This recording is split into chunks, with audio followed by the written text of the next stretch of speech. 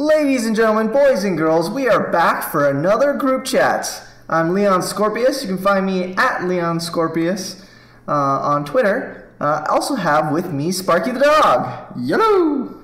And your Twitter handle is at... I have no idea off the top of my head. I think it's at Sparky the dog. No, because I couldn't get Sparky the dog. That was already taken. Let me check real here quick. So while Sparky checks that, we actually have a beautiful, lovely guest today. Ayame, would you like to introduce yourself? Flattery will get you nowhere. Just saying. I know, I fail a lot at it, but we are really excited to talk to everybody today on all of the cool announcements that came from Nintendo this week. And if you don't live under a rock, you know that we learned a lot more about the Nintendo Switch, Nintendo's next console. I wanted to say next generation console, but it doesn't feel like it's necessarily next gen. Yet we are very excited. And Ayame, you and Sparky both actually pre-ordered the Nintendo Switch. So yeah. I know that's very exciting. Tell us a little about your excitement. Sparky, you can go first. I always get excited for new Nintendo products. They have a great way of getting my hopes up, but then they always end up disappointing. So I'm kind of weary about this one. I'm excited for it as I was with the Wii, and they didn't really disappoint me with the Wii. But the Wii U, they greatly disappointed me. So just kind of hope for the best right now, and seeing the games they've announced, I'm excited for. I'm excited about the region-free. That's a big announcement when they said region-free. I felt that there were a lot of fanboys, just especially those that live in the UK or Australia, that just get frustrated because they can't play games if they have an Australian version of their hardware. Are you cautiously optimistic, Ayame, or are you more on the... I'm actually... personally, I wasn't as disappointed with the Wii U as Sparky was. I think the thing that disappoints me the most about it is that no one really... I feel like a lot of developers didn't try very hard to figure out what to do with it. I think the main thing that disappointed me with it from Nintendo's end was the fact that they never... I mean, they didn't use the tablet for anything that was really worthwhile. Like, I feel like, you know, playing Zelda, for example, like, just putting the map on the tablet all the time and being able to write on it is pretty much a no-brainer, but for some reason they never managed to do that. But I look at my game library right now, and I've got, you know, 3 or 4 more Wii U games than I have for, you know, like my Xbox One or my PS4. And so I can't say I was disappointed overall, just less impressed than I think I would have been if anybody had really put forth some effort on it. I agree. I think that Nintendo has a successful formula.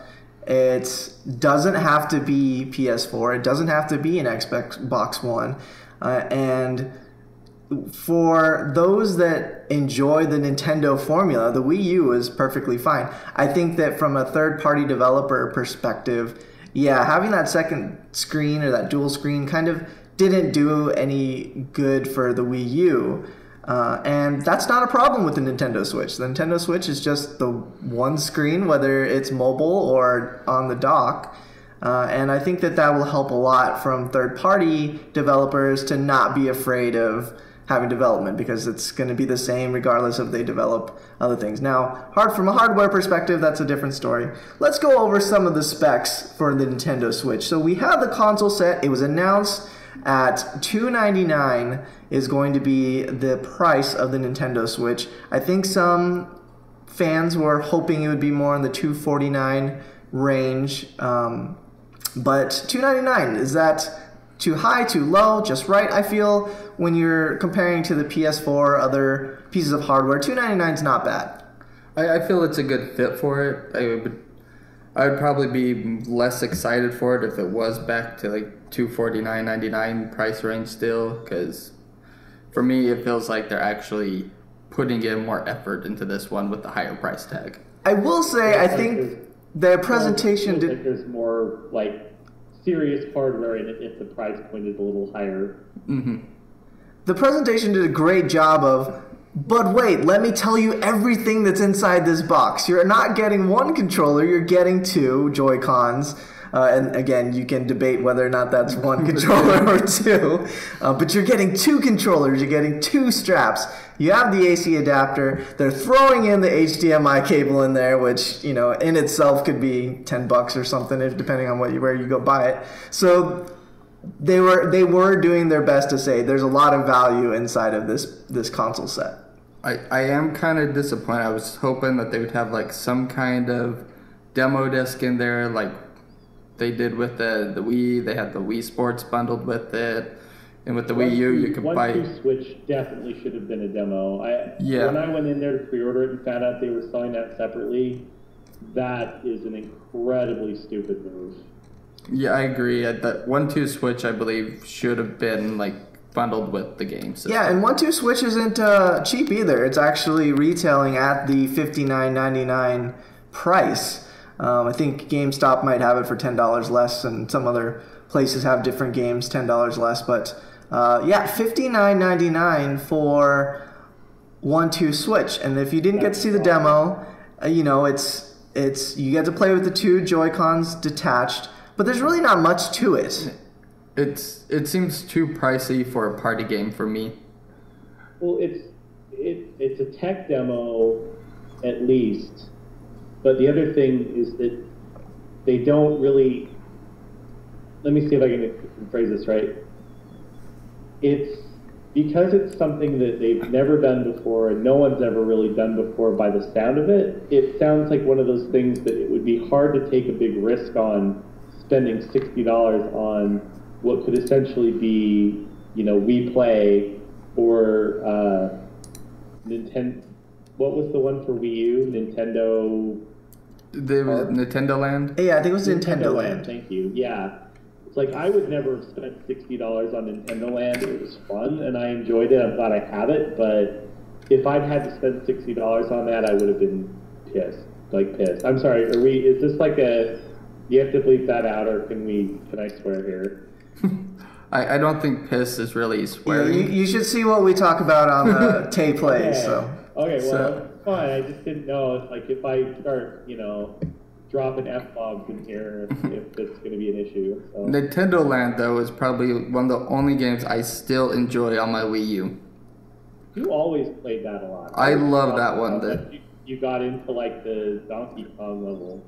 I do. I love that Donkey Kong Crash Course. It's still one of my favorite games to play right now. But though I haven't touched my Wii U since Star Fox, which was like a big blow to me. A lot of people share that sentiment with you, as a matter of fact. I didn't even finish the game. I did the last level I did was the first one where you flying that gyrocopter, and I just hated that so freaking much. I'm just like, I'm done. It's like if they didn't have that gyrocopter in that game, I would have been so much happier with it. Only thing I play on mine really anymore is Splatoon and whatever they called the Fatal Frame that they didn't officially release but kind of sort of did. I just mostly play Nintendo Land and my Virtual Console games. So let's talk about Splatoon. Splatoon 2, they did announce it. I felt that the developer that went on stage was super cute about to really owning the Splatoon franchise. And it won't be a launch title, though. It's not coming out at launch. I don't think that's a problem. In typical Nintendo style, however, the launch titles are fairly slim. There's only a handful of them. I was incredibly surprised that Ubisoft didn't come out and were like, yeah, we're releasing 45 different games for launch, and then, you know, like this, like they bring them out, and then 2 weeks after they don't sell incredibly well because the system's brand new, they're like, oh, we're never supporting you again. That was kind of my biggest letdown from the whole thing, really, as far as launch titles go. They would have all been Rabbids anyways. Yeah, oh, they must have gotten your memo about that. So we'll get to hear my obnoxious keyboard here. I just want to look up the launch titles. I'm not incredibly upset that Splatoon isn't a launch title, just because Zelda, I think, is going to keep myself and most everyone else busy for quite a long time if it's really as big as they say it is. And there's a rumor going around that it has like a season pass, so there might be some downloadable content for it.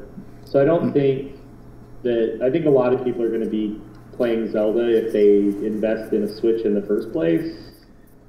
I think a good sign is the fact that they're selling out of pre-orders. And it's like, that with how quickly they sold out with the Switch compared to the Wii U, it's, to me, is a good sign that they sold out so quickly. I mean, but that's the Nintendo formula, right? Having supply issues so that people really want these things. Even Christmas time with Pokemon Sun and Moon, you couldn't find a 3DS. There was nowhere you could buy a 3DS during that holiday window. Even afterwards, it's still hard to find them. And the NES Classic Edition that you still can't find anywhere. Yeah, I wanted to get my hands on one of those. Still waiting to see if I'm going to be able to, if they're going to print anymore. See, I think I'm the only person that wasn't excited about that because I still have my NES and I still play, like, all the games that are on that Classic Edition that I would play, I already have. So yeah, I'm with you. They're so cute though. It's like, I have my NES and I love playing it, and a lot of the games I also own either on actual cartridges or on virtual console, but at the same time it's so damn adorable. I mean, that's why I want it. I just want it because it's this little chibi NES that's super cute. Yeah, I'm hoping that they make a bunch more because I think that nostalgia crowd is absolutely the crowd that has more disposable income right now. I mean, these are people in their 30s and 40s, and they're picking it up. So launch day, we've got 1-2 Switch, which we know is a party game. We have Legend of Zelda Breath of the Wild, which by far, that's the A-list title that everyone's expecting. You've got Skylanders, Imaginators, and Just Dance 2017. So, well, when you say it like that, it sounds like there's not anything else to play on it. I know, that's all you need right there, those 4 games. So, I mean, this is nothing new. When PS4 came out, there was only a handful of titles. This happens all the time. Let's look at the launch window as well, right?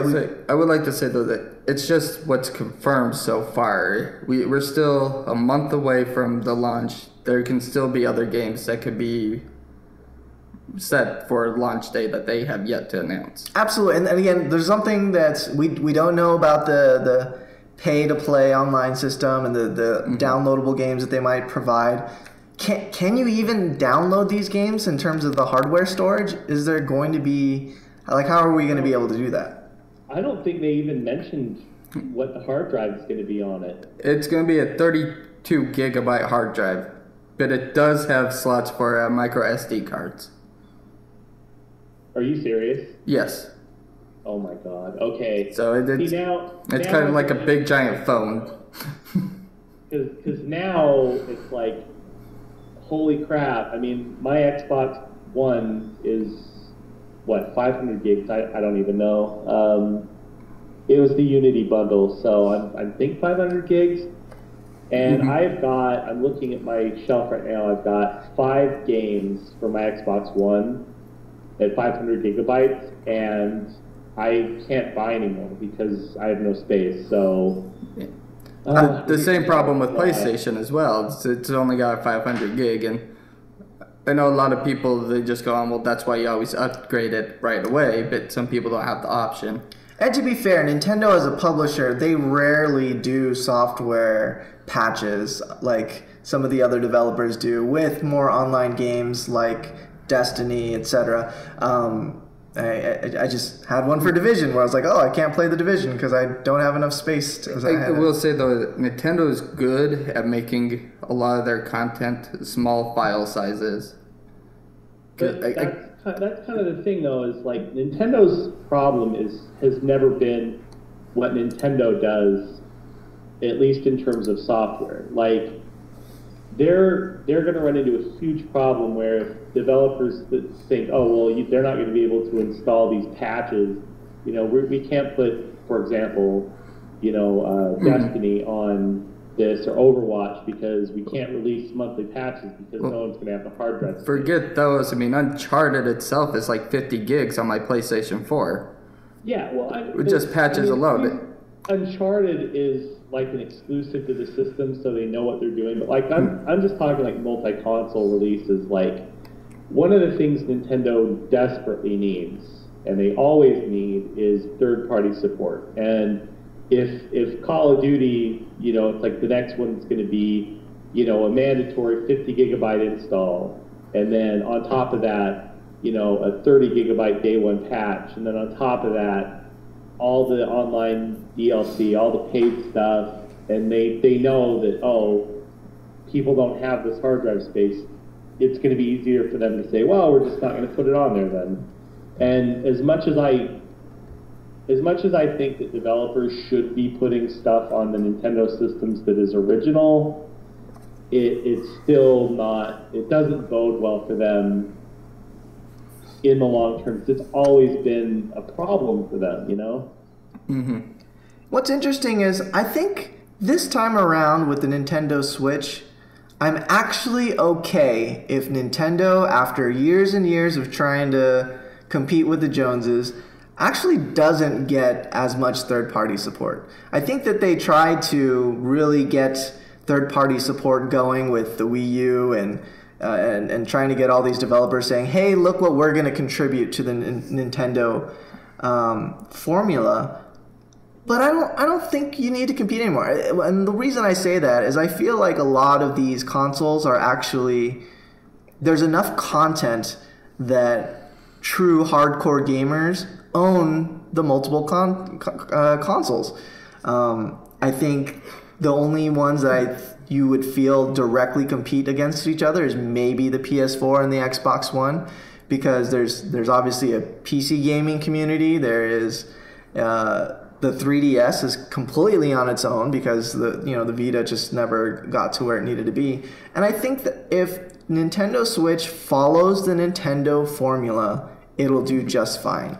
And I think that's why I was a little disappointed by the launch window titles, because there wasn't enough of the Nintendo formula. I want to know what the next Metroid is. I want to know when the next time we're going to see Star Fox. When are we going to see Pikmin again? They have so many franchises that all they have to do are release titles within these franchises, and every fanboy of Nintendo is going to eat it up. But they have to do more than just release titles in the franchises. They actually have to make them good.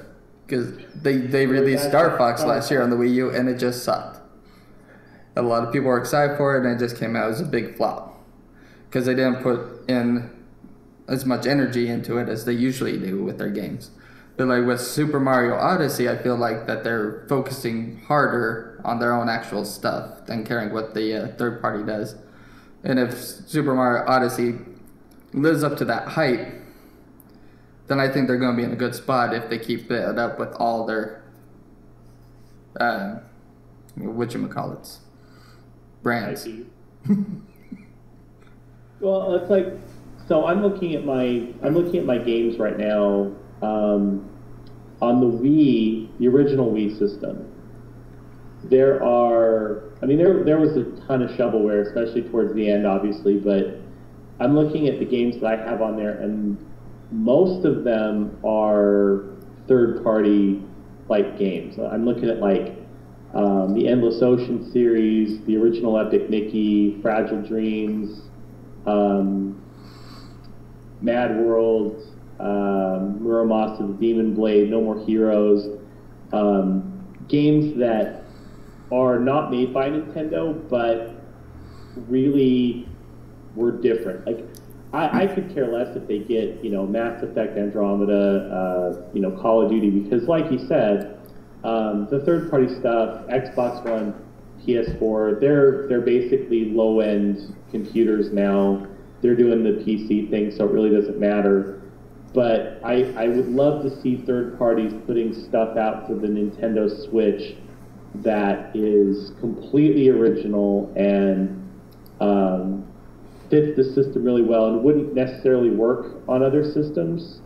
When Suda51 came out and they were kind of talking about Travis Touchdown, I was super excited because I would love to see another No More Heroes game on the Wii or on the Switch. But just, interesting stuff like that as opposed to, like Skyrim it's cool they're releasing it on the Switch. It's cool that the Switch can run it, especially off those little teeny cartridges. But at the same time, it's a 5-year-old game, and everybody who's got it has got it. The biggest advantage there is you can play it when you're going, but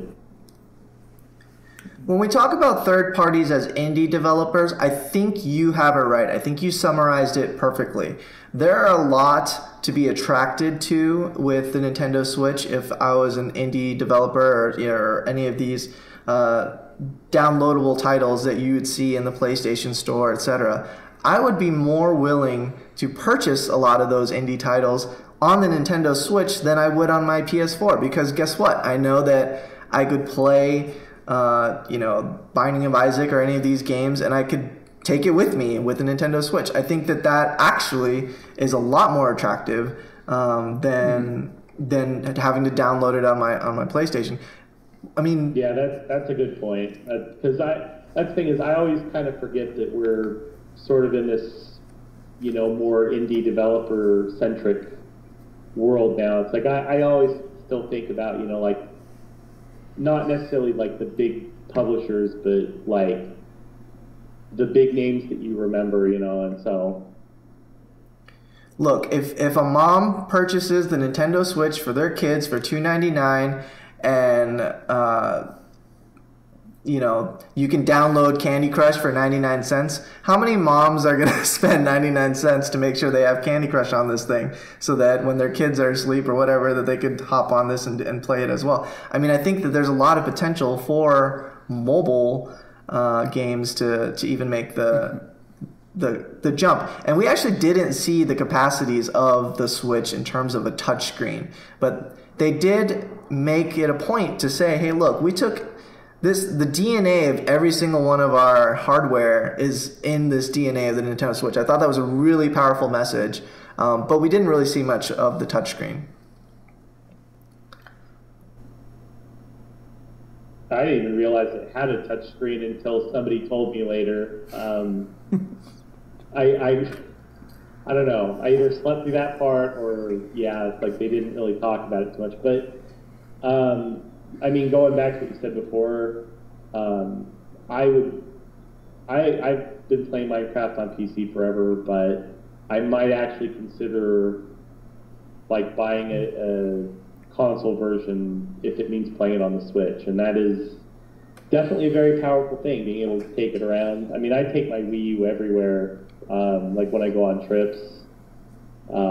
It is definitely more of a portable system than I think it is a home system. So, yeah, I think that is a really good point. And I don't know, I've heard it's a multi-touch screen, which is kind of cool. But here's hoping they do something more interesting with it than mess up Star Fox. To Pat's point, though, I mean, I think they tried to make so much of that Wii U screen that they didn't pay attention to the game. They were just trying to make the Wii U screen work with whatever they had. That was pretty much like their problem with the Wii U's. They were trying to, all the games Nintendo made for themselves, Nintendo games, were trying to encompass all that stuff into there. Yeah. Now, let's talk about the launch window again. We've got games like Has Been Heroes that you talked about. I Am Setsuna. I think that would be a really cool game to play on this console. Sonic Mania, again, honestly, if they can find a way to get all of the games from the Sega Genesis era and remake them, let's do that. There's 100 titles there that you can make a lot of money out of. You got Lego City, no surprise there. ARMS was the new title that they talked about. I think a lot of people were wondering why isn't this Super Punch-Out? But it was very innovative, and I thought one thing I liked about ARMS is you kind of saw Nintendo bring out all of their younger executives or their younger team members of the company and saying, hey, look at these cool new titles and new franchises that we're exploring. It'd be like, ARMS to me is up there with like 1-2 Switch. It's like that to me seems like a game that they could easily just bundled with the system. I actually think that ARMS has the potential to have a lot more depth than that any of us would think, and especially when you consider, I don't know, just would you think of fighting games or you think of these battle arenas? I think that there's a lot you could do with ARMS, or at least the ARMS technology. That would be very interesting to see where they go with it. But again, at least with ARMS, I feel like if I bought that, I wouldn't be upset about having paid for it because it looks like a lot of fun. 1-2 Switch, again, they're so vague about what it is and what it does and how it actually works. It seems more like it's kind of demonstrating what the controller's to do, whereas ARMS, despite the name, which I'm not hugely fond of, it looks like it could be like a fully fleshed out fighter at least. So, to me, it just seems like it's Wii boxing going to the prom. It seems about the same. The mechanics seem the same as Wii boxing. I didn't go to any prom. Okay, what I mean by saying that is just it looks pretty. It's pretty much the same mechanics, just in a prettier format. It was my same thought with the WoW when that came out, was that it was EverQuest going to the prom. It just, when it first came out, it just felt like EverQuest to me, only a lot prettier. Okay. And ARMS to me feels like Wii boxing, only prettier. Now the next title that is in that launch window is that I'm super excited about. I'm super excited for it. Super Bomberman R. We got to see some in the trailers of Bomberman back in action. Love Bomberman. I love it. I think that they can do a lot with Bomberman R. I actually am very interested to see if they utilize the fact that locally you can have up to eight Nintendo Switch units in the same area and play. And I think that if Bomberman R takes full advantage of that, you're going to see a lot of Bomberman around. I'm sure they are going to take advantage of that. And they also, it has a story mode again, which hasn't been around much in Bomberman games of late. And it's also going to be a co-op story mode. So you can still play with friends without trying to kill each other. Wasn't Bomberman 0 the last time they tried a story mode? I'm not sure, but I know I've heard reports from people that have tried it already at some of their events that the story mode is very similar to Super Bomberman from the Super Nintendo, which was one of the first Bomberman games I actually played, and one of the ones I have the most memories of playing, so I'm really excited about that one. Now, they didn't mention it too much, but they did say there's going to be an online pay-to-play system. However, can you still play for free if you're in Wi-Fi range or local Wi-Fi? I believe so, yeah. Because that's a big deal too, especially for games like Mario Kart. Maybe each person wants their own screen and they're bringing in their own Nintendo Switch. That would be a bummer if you actually had to have the pay to play. And I know a lot of people are upset about having to pay for an online service to play online, but Nintendo's online stuff has never really been that great, and the fact that they're going to start charging kind of gives me the hope that they're going to actually do a better job with it. If they do a better job with it, and then, it could solve the problem of everybody says, this is going to be my 10th time buying Super Mario Brothers because it's a new console. If they release those retro titles for free per month as part of the subscription, I think that's a win-win. Mm-hmm. Which is a very good possibility. I want to say really quick, I totally had the same thought as Sparky on that. It's like Nintendo has no business whatsoever charging for online, and the fact that they're finally doing it makes me think that maybe they've finally pulled their heads out of their asses and were like, you know what? the formula, we know the formula for making a successful online platform. It's super, I mean, everybody's been doing it now for ages. Mm-hmm. So it kind of makes me hope that they finally are like, you know what, we're not going to play around with it anymore. We're going to do some serious online, which will make me happy when Smash Brothers comes out, because I still am not a huge fan of Smash Brothers Online on the Wii U. But yeah, so I just think it's funny you say that, because I totally felt the same way. So my big thing is if they put in like a group chat or being able to talk to people through the system. I still hate that. It's still super annoying. It's like, holy crap. They're really long and they expect you to like just know it. Well, and not only that, but like, okay, so I'm playing Smash Brothers Online with Tay, and you can talk in the lobby, but you can't talk in the game. And as soon as somebody's past the lobby, they can't speak anymore. And it's just, oh my, it's so ridiculous. It's infuriating how it's like they're going out of their way to hamper people from basic online stuff. And I get that they want it to be really family friendly and all, but it's like, oh guys, come on. Yeah. So a lot of unanswered questions still. We're looking forward to hearing more about it. Obviously, we'll hear very soon. March 3rd is not that far away. I would like to point out that a lot of these games in the launch window, they just say March of 2017. So a lot of those games could actually end up being launch day. Could be launch day, could be a little after. The weeks after, you know, yeah. The trickle like through the rest of March, which would be fine. I mean, but that's one of the things that annoys me about a new system launch is the launch titles are usually considered that whatever games come out in like the first 3 months of like system. So like even with Splatoon being set for a summer release, if that comes out in June, it could still be close enough to be considered a launch title. Yeah. Do they have a date for Rhyme yet? I don't think so. Because that one, I've been following that one for a long time, and that one I'm really excited about. So we have, you know, I am a Nintendo fanboy, but I haven't been a Nintendo early adopter in terms of purchasing the hardwares. I've always waited a little bit, or in some cases not purchased them because I have friends that play, and if I want to play it, I'll just go to my friend's house. But I am a fanboy. I haven't let go of my Nintendo 3DS since Pokemon Sun and Moon came out, so that I do know that good things are on its way. If I buy the Nintendo Switch in terms of the very first run of them, it'll probably be around summertime. They have Mario Kart 8 Deluxe, which is essentially the same Mario Kart 8, except it adds all of the downloadable content in together in one bundle, which I think is an amazing value for those that are Mario Kart fans. They added the battle mode that everybody wanted. You saw the balloons. You saw that it was free roaming around on those tracks. They added the Splatoon characters. I'm super excited to see what that's going to be like. So if I do pick up a console, if they still exist when it comes around April. That's the real one, because if it's successful, there's a very good chance you won't see one again until like August, September, next May sometime. And that's if they bestow upon us more consoles.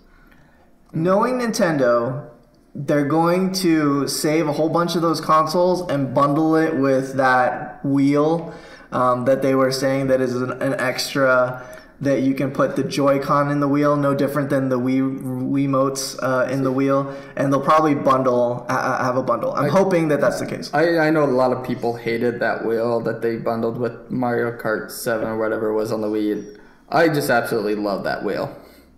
I loved actually being able to play a Mario Kart game where I can steer and just have fun with it. Yeah, even when we play Mario Kart 8 with Tay, I am a waggler. I will actually take the Wiimote, in this case the Joy-Con, and I like the motion controls. It's just an extra fun. If I was playing competitively, maybe I would, try to use a pro controller, but I do like the motion control. Now, have either of you I'm just terrible at Mario Kart, so it doesn't matter.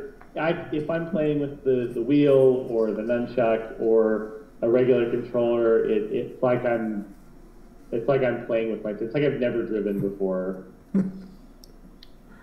Well, everyone falls off Rainbow Road. I try not to. I really do try. But have either of you heard about this snipper clips? No, but I see that on the list, but I don't know anything about like popper clops? I don't know. It's listed on this. It sounds like it's going to be another party game or some type of. Who's making it? It does not say. But I'm intrigued by it because like the first thought that comes to my mind is like hairstyling. What's it called? Snipper clips. Oh, okay. So yes, it is a Joy-Con, type of. It seems like it's a WarioWare co-op puzzle game type of format. Don't know who's making it, but there's that. So in the summer, to wrap things up, you've got Splatoon 2, and then going into the fall, they're going to have an NBA 2K18 game. You've got Skyrim coming out sometime in the fall, and then the next big title that's scheduled for holiday 2017. You never know with Nintendo if it's delayed or not, but you have Super Mario Odyssey for holiday 2017. And we had a good peek at what Super Mario Odyssey is and the direction it's going to go. And I think all of us have very differing opinions on Super Mario Odyssey. I think that, Sparky, you actually were excited to see it go this direction. I was, because like to me, like I've been like the way I've been describing it to people at work that didn't even know about the presentation or Nintendo coming out with the new thing because they're all under a rock or something. I don't know what they do with their lives. But it's like I have one boss, he keeps going on about how much he loves Mario games, but he didn't know anything about the Switch or what the Switch was. And I had to show him a video yesterday. I showed him the launch video of the Switch, and then I showed him the trailer for Mario Odyssey. And he just looked at me, he's like, damn, now I have to go buy one. And like I explained to everyone that I talked to about it that haven't seen it, that it's like they took the concept of Skyrim and Fallout and they just put a Mario skin over it. Because to me, that's what it kind of feels like. It says more open worldness, more closer to Mario 64, as they said in the thing. And yeah, that made me so excited. It's close cousins, Mario 64, Mario Galaxy to Sunshine. It's a little more open world. It's out of this world. You are out of the Mushroom Kingdom now, and they showed go into different worlds and different dimensions. I think the key world where everyone dresses like Jackie Kennedy. Yeah, so Mario in a New York inspired Donk City, and if you look up on Twitter, you look on the internet, I think everybody's having fun with Donk City. Yep. And to me, I was a little turned off by it. I'm so used to seeing Mario in the Mario Kingdom with that aesthetic, and they've made some creative things in the Mario Kingdom, right? You had the yarn aesthetic, you've had the baby Mario aesthetic. There's a lot of different aesthetics that they've used, but this is the first time where they're looking at open world, and yeah, it felt like you were in Crazy Taxi World or something that was just strange. That's what I thought it was at first when they first shown the city. I was like, is this Crazy Taxi? You know what it really reminds me of a lot? Like just out of the gate, the very first thing I thought when I saw Mario when it's in it was it looks like Mario is missing or Mario's time machine. So like the original NES where like you've got Luigi and Yoshi in this like not really like realistic world, but it's more realistic than like the Mushroom Kingdom. Mm-hmm. And so you've got like this squat little, plumber, and it was Luigi, so he's a little bit taller, but they have like Luigi walking around with Yoshi, and then like all these like quasi-normal looking human sprites. And it seems so like bizarrely out of place. Now, if you were to tell me that they were going to make another Mario is Missing or Mario Lost in Time, those type of things, and then you showed me New Donk City, then I would have been super excited. I would be the first person to pre-order that thing, and You'd be the only person. I'd be the only person because I would be on Mario is Missing. That's the only environment where I feel that would make sense. If you're gonna have Mario next to Mozart, or trying to learn a little bit about history, then okay, yes, it makes sense. But it was a little odd to me. I'm really interested to see what Mario inside of New Donk City is going to be like. Are they really calling it that? I just looked it up, and it's like I see that it's in the background, but that's. No one at Nintendo could have thought that was a good idea. The best thing I've seen on Twitter, and I saw it, I think on IGN. Take me down to New Donk City, where the monkeys are Kong and the kids are Diddy. Now going back to Ayame, I don't think Nintendo has ever looked at an idea and said that's not a good idea.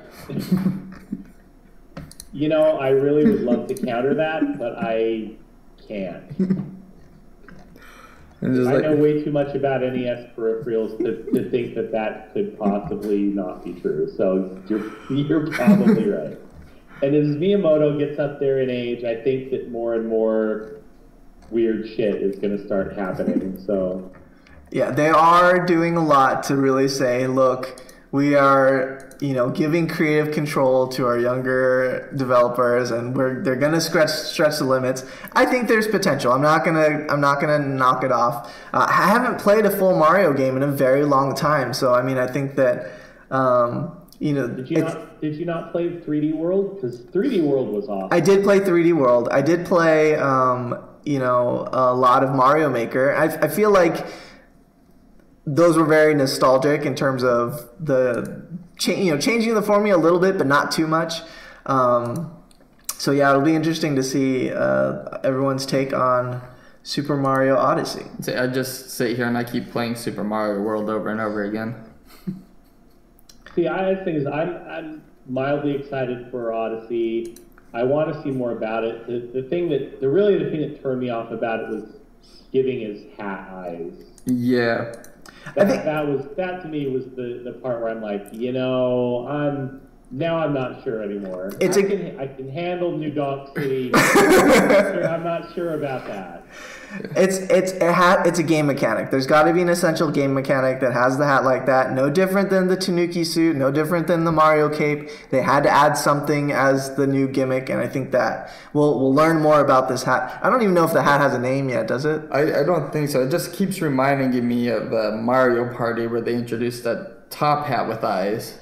As long as it isn't wisecracking. Then maybe. Now, in all the screenshots and screen grabs, to be fair, he has his normal hat. Yeah. I feel like it's just gonna be just something to go along to keep the story moving along, kind of like Navi. It's like, hey, listen. So as you're playing Mario Odyssey, your hat's just gonna keep yelling at you. A lot of people to confidence right there. Maybe it could be more like P, where every 3 seconds it's like, hey, there's a 27% chance you should be doing this thing I just told you to do 2 seconds ago.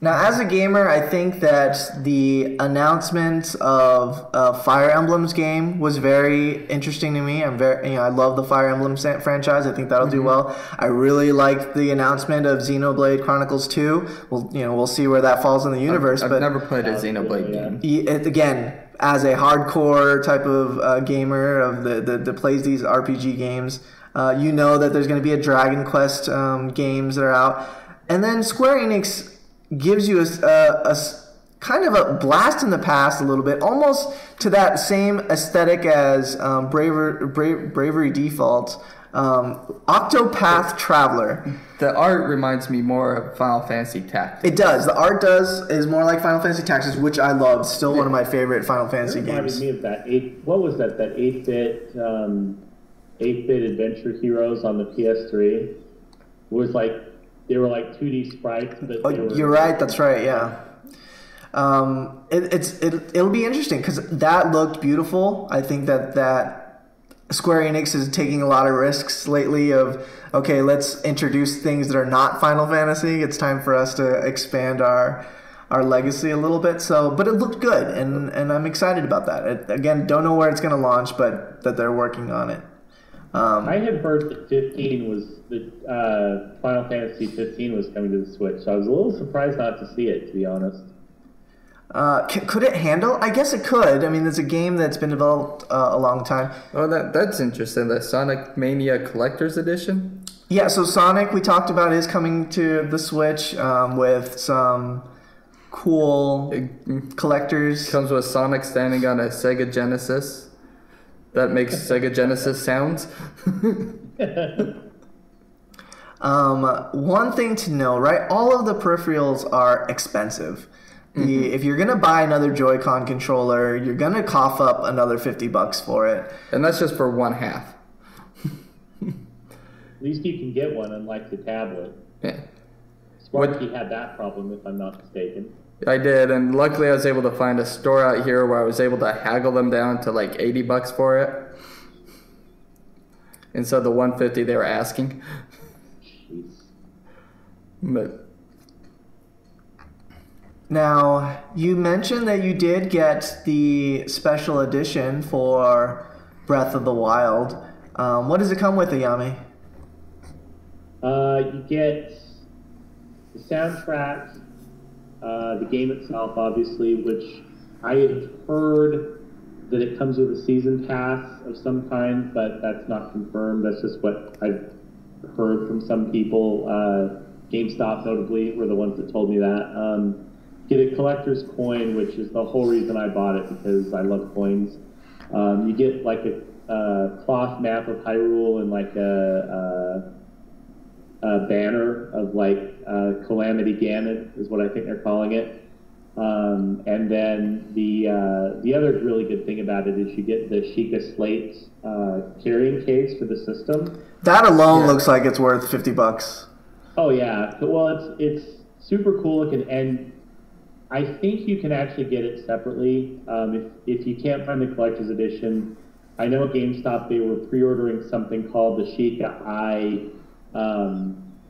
System Augmentation Edition or something, but it sounds like it's a carrying case and like some other stuff, so you might be able to get it that way.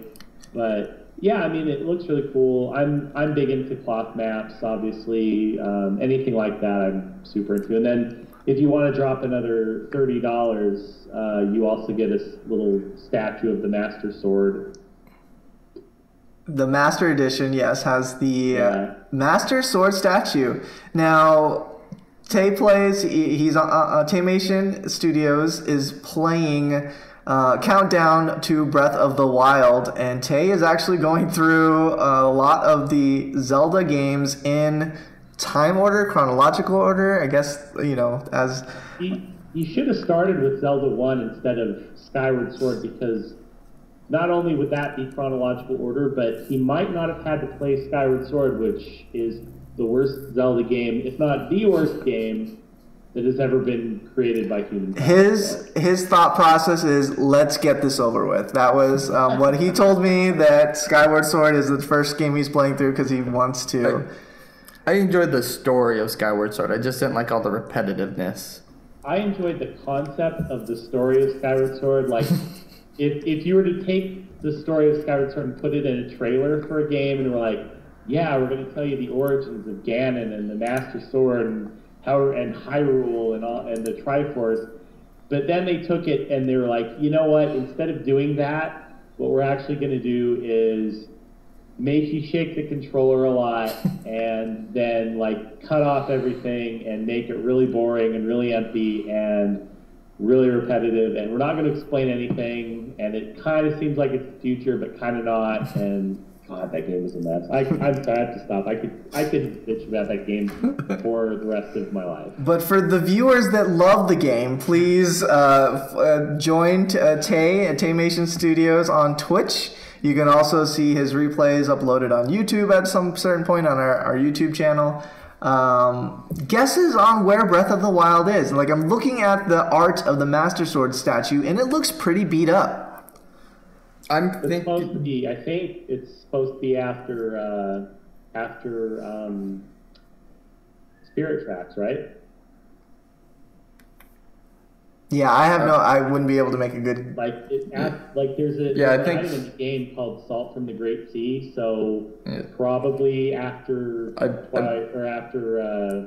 Wind Waker, which like Wind Waker, and then no. I think it's the farthest along in the chronological order. I'm not sure where I mean, I think it's debatable whether or which not you're. line it's gonna fall under, because I know Wind Waker is like in a tangent of the timeline from like failing in Ocarina. Link fails in Ocarina of Time. This is what happens. Yeah, so when he goes back to the past and he doesn't reappear as the hero of time as an adult, and so Hyrule gets flooded. But like I said, I'm pretty sure that it's after Wind Waker, which was Wind Waker and then Phantom Hourglass and then Spirit Tracks were all in that same timeline. So I think it's after. It's either after Spirit Tracks or like adjacent to Spirit Tracks. And we don't see Link in his hero outfit. I mean, is there even any confirmation that we are playing Link or any version of Link? I think they did do a confirmation. It's just that they have a clothing system in it now, so like you can find clothes out in Hyrule that help you with armor and stuff, and so it's more of a you have to dress warm before you go into like cold areas or it ruins or it like slowly kills you and stuff like that. Very interesting. They put more of a worldly aspect into it, so like I'm sure the green tunic will be there at some point, but it's a matter of getting to that point. By the way, I just want to say this really quick. If anybody did like Skyward Sword, I want you to post it in the comments so I can laugh at you, because there's no defending that game. We painfully watched Tay last night stream on Twitch, and that I don't even know what boss battle it was, but it was ridiculous watching him try to get through the one boss battle. See, I didn't even know he was streaming. Yes, he is streaming, again, countdown to Breath of the Wild. He's going to try to get as many Zelda games in before March 3rd. It's not that long of a time, so we'll see how he does. Watch it, everybody. Support him, because Tay is like a huge Zelda nerd and he needs it. That's putting it lightly. So let's do what all Nintendo fanboys do. Let's talk about what we didn't see and what we really want to see out of the future of the Nintendo Switch. One thing that I didn't see, and I know that there's still a lot of time in terms of what Game Freak does, but there was no mention of Pokemon Stars or whatever they decide to call the Pokemon game that they said that they are going to release on the Nintendo Switch. I'm always excited for any type of Pokemon game. I would love to see another Pokemon Snap, though. Now, funny, they actually released Pokemon Snap. You can actually download it now on, is it the Wii U or? Well, yeah, the Wii U. It was on the Wii for a long time. Live last second, 0 hour of the system's death. It's one of those. They did have it on the Wii as well, and I bought the Virtual Console for the Wii. I think I still have the cartridge for the 64 somewhere. But so I've got one. I'm looking at it right now. If they translate the exact same engine of Pokemon Sun and Moon into Pokemon Stars or whatever the Nintendo Switch is going to be, I think that's just fine. I honestly think that it'll do fine. The touchscreen is going to be a little weird, but you know, for the most part, I actually play other than Pokemon Pelago or whatever, where you gotta like click on every single one of those beans. You could just use the controls. You don't really need the touchscreen. a worry I have with that, though, is connectivity issues with the 3DSs. Yeah, I mean, we'll see. They didn't really mention what that'll be like, but you know, maybe it will be more of like a Pokemon Stadium, which Pokemon fans, not everybody hated Stadium. I think some people actually enjoyed. I love Coliseum. I like the first one a lot. Yeah, but so I love the mini games. All right, so let's be honest. I just sat in my dad's car on vacation trips and played the mini games all the way to California. Dancing Clefairies. That's the same four. It was only like 4 games, but you could play them over and over again. and it was a lot of fun. So definitely Pokemon. Would like to see what goes on there. What else? What are the other franchises? You mentioned a Pikmin earlier, and I would love to see more Pikmin. Now, when I say just, we did recently get a finally a Pikmin title, which I didn't play the game. Did you play it through? Are you talking about Pikmin 3? Yes. Yeah, I played Pikmin 3. Okay, I played the hell out of that game. Yeah. So, another Pikmin would be great. I think a more worthy Star Fox, right? I mean, again, it's too soon. I don't see them working on a Star Fox for a while. I actually enjoyed the remake that they made for the 3DS, so. I heard that one was really good. I haven't played it. I haven't played that one. It's just nostalgic. I mean, it was smaller because it's on the 3DS, but I mean, definitely nostalgic.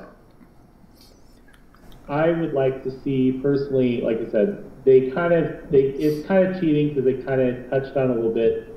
I would love to see a new No More Heroes game. I think they're fantastic. I loved 1 and 2. Even though they were definitely weird titles, but super, super amazing, super fun. I would love to see either of those. I would really also love to see a proper release of the Fatal Frame, because even like I said, I think it's called Project Zero, whatever the one for the Wii U was pretty good. But if you combine that with the one for the 3DS, which I believe was called Book of Shadows or something. Hold on, I'm actually going to check here. I'm sitting right here. It was Spirit Camera. Oh, yeah. Cool, because Spirit Camera was awesome. I don't know if the Switch has got augmented reality. I kind of imagine it does because, like you said before, kind of bringing in all the aspects, the DNA of all the other systems. Augmented reality is something that 3DS had that a lot of things don't use, but Spirit Camera did, and it was super great. So I'd love to see one of those. I'd also really like to see Senran Kagura come to the system because I've been a huge fan of that.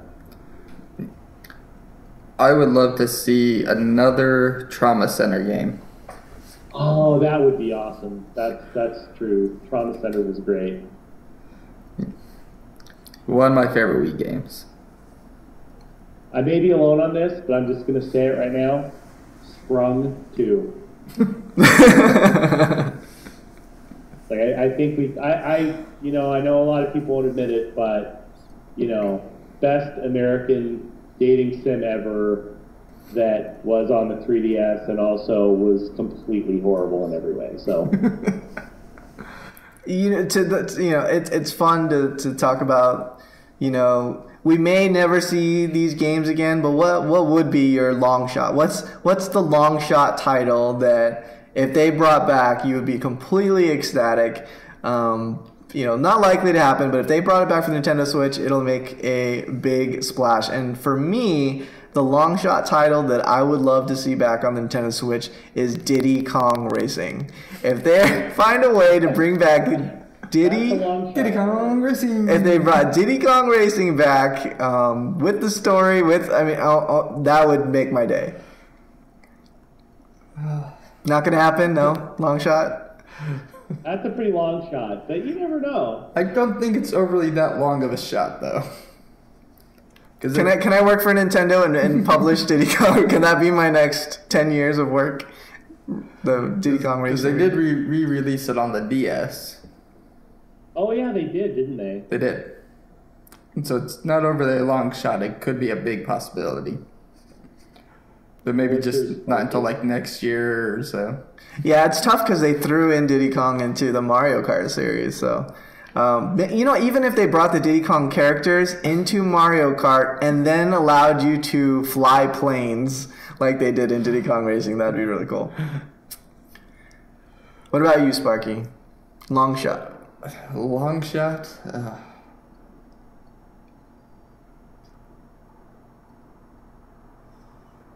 You probably want some of those old side-scroller Ninja Turtle games. It's like he shorted out of it. Earthbound would be cool. Now you're getting into totally unrealistic. Well, supposedly they are bringing Mother 3 finally to the U.S., so... Well, yeah, I'll believe that when I see it. And they do have Earthbound and Earthbound 2 available on the Virtual Console. What was that RPG that came out when N64 first came out? Do you remember what that was called? Where you had like the different elemental directional stones or something like that? For the 64? Yeah. Yeah, I think it was the 64. You're not thinking of Eternal Darkness, right? No, I don't know. Okay. The things that come to my mind with that is like first is Gauntlet Legends, but then there's also No, it wasn't Gauntlet Legends. There's also a game, I believe it was for the PlayStation though, called Brave Fencer Musashi, which had a lot to do with elemental stuff. But I have no idea. Did you say the game that you wanted? No That's idea what what you're talking about. I'm still waiting to hear from Sparky what he wants. a long shot game for me would be an actually good Paper Mario again. A Paper Mario that goes back to the first Paper Mario and Paper Mario Thousand Year Door roots. Because that's when Paper Mario was good. Ever since then, it's just been crap. Or why don't they actually just go back and do the real thing, which is a sequel to Super Mario RPG?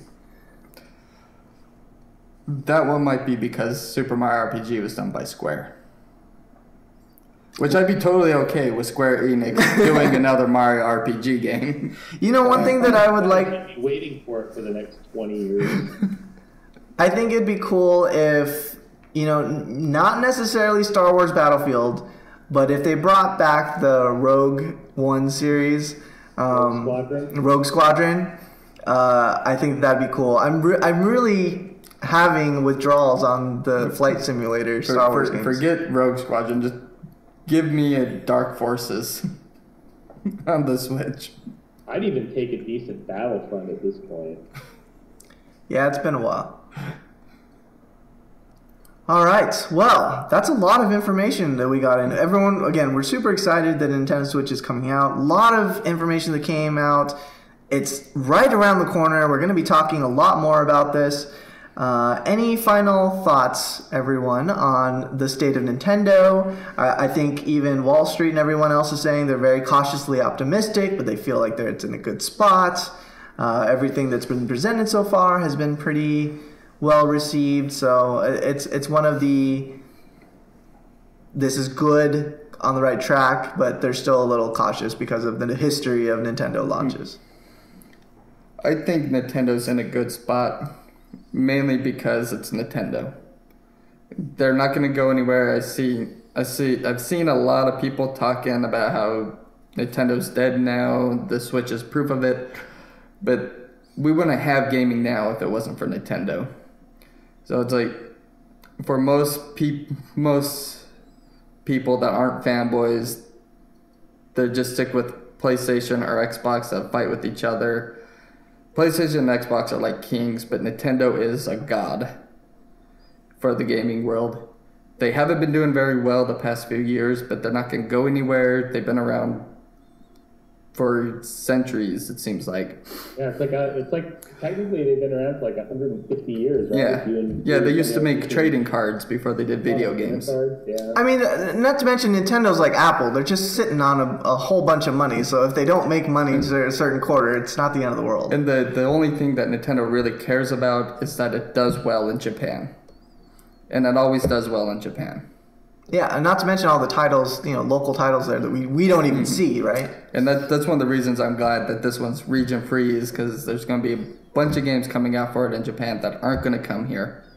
And though I can't fully understand them, because my Japanese is rusty because I haven't practiced in like 13 years, but I would still buy games from Japan that aren't being released here just to play them. Especially a lot since of them have subtitles now. Especially since I'm a big fan of dating sims and slice of life games, which aren't overly popular here. It's just something that I would love to be able to start doing again. Yeah. Final thoughts for you, Ayame? Well, I have to agree with you guys. I mean, anybody that says Nintendo's dead, people have been saying that, in my experience, since the Sega Genesis. Genesis was supposed to kill Nintendo, and then Sony was supposed to kill Nintendo, then Microsoft's supposed to kill Nintendo. The fact is Nintendo, in a lot of ways, is the last true home console because all it does is play games. It's like they're not trying to make it a low-end computer like Sony and Microsoft are doing. And because of that, they have kind of a nice advantage that a lot of the other companies that sell. It's one of the reasons why the Vita wasn't as popular as it could have been is just because, they're trying to make it do too much and they're not really trying to make it just play games well. And Nintendo does that in spades. And so I think as long as they can manage to keep third-party developers interested in the concept of this system, you're going to see some really cool titles that you won't find anywhere else, which I'm really excited about. The only other thing I really need to say is that they desperately need to fire their translators because there were parts of that press conference that were just, I mean, I felt bad for the guy, but I feel like, me, who has not taken a Japanese course since high school, could have done a better job translating than, just sitting there going, but other than that, yeah, I'm really excited for the Switch. I'm glad I pre-ordered it. I'm not going to be super happy when 6 months from now they come out with the pink one and I get pissed about that. But aside from that, I'm really excited. Well, they'll be region unlocked now, so you can buy all the pretty colors that they make in Japan, right? The hardware has always been region free. Oh, okay. It's the software that's the issue. Oh, very cool. Because my Yoshi controller for the Wii, that's right, came from Japan. And so my final notes on the Nintendo Switch actually is, what is the future of the Nintendo DS? And I think that there's some articles and things going around that says there's still a long future for the DS. There's still plans. I would love to see Nintendo Switch DS. I think that if the next generation of Nintendo DS is actually something that is cross-compatible with the Nintendo Switch, but keeping the DS. Again, it's a marketplace that is uncontested. It's a marketplace that we know that Nintendo does well. I mean, honestly, that's what I've been in love with for the last few years is the DS.